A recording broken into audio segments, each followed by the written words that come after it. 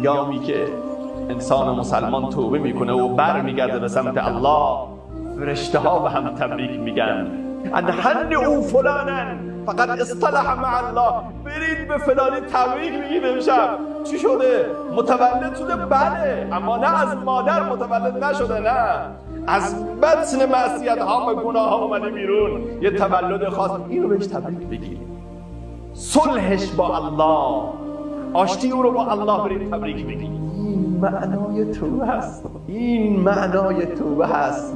تولدی دوباره، قدم به عرصه دنیای دیگر گذاشتن، از دنیای تعفن و معصیت و لجنزار گناه و پلشتی و زشتی ها فاصله گرفتن و قدم گذاشتن به دنیای پاکی و زیبایی و عشق و معنویت و سعادت و فضل الهی.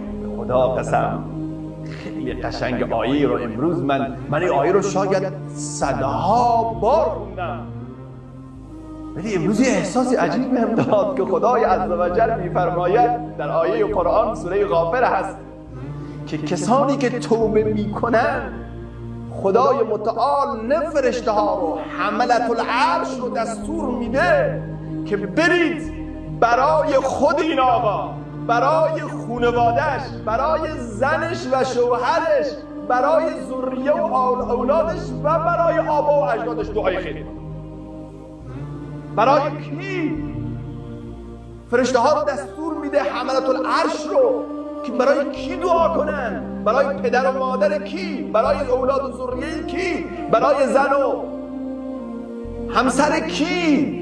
اون کسی که تو باطلاق معصیت و گناه بوده حالا آمده برگشته. الله متعال میفرماید الذين يحملون العرش ومن حوله يسبحون بحمد ربهم ويؤمنون به ويستغفرون للذين آمنوا ربنا وسعت كل شيء رحمة وعلما فاغفر للذين تابوا واتبعوا سبيلك وقهم عذاب الجحيم. الله الذين يحملون العرش، حاملان عرش الهی، فرشتگان مقرب خدا، اونهایی که یسبحون بحمد ربهم یؤمنون به، اونها چه کار میکنن؟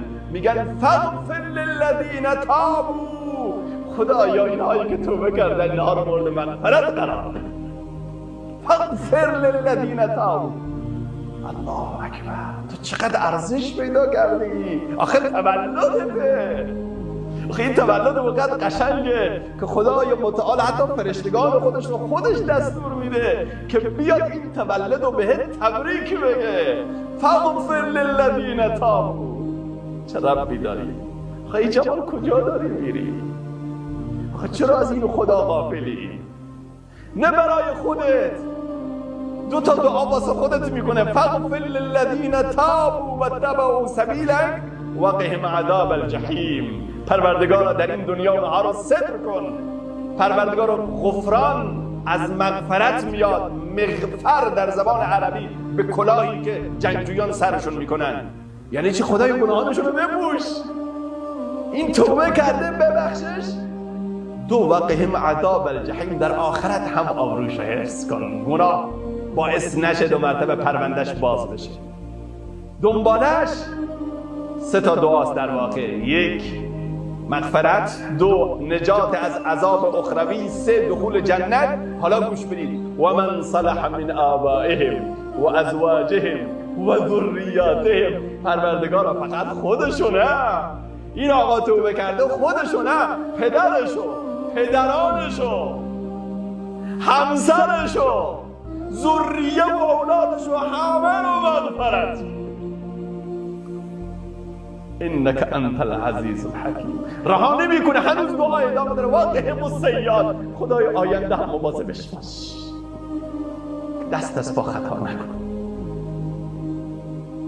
آیه خیلی قشنگه به خدا، خیلی قشنگ. اینها رو خدا دستور میده بیاد برای من و تو دعای خیر بکنن، برای پدر و مادر من و تو دعای خیر بکنن که امشب توبه کنن.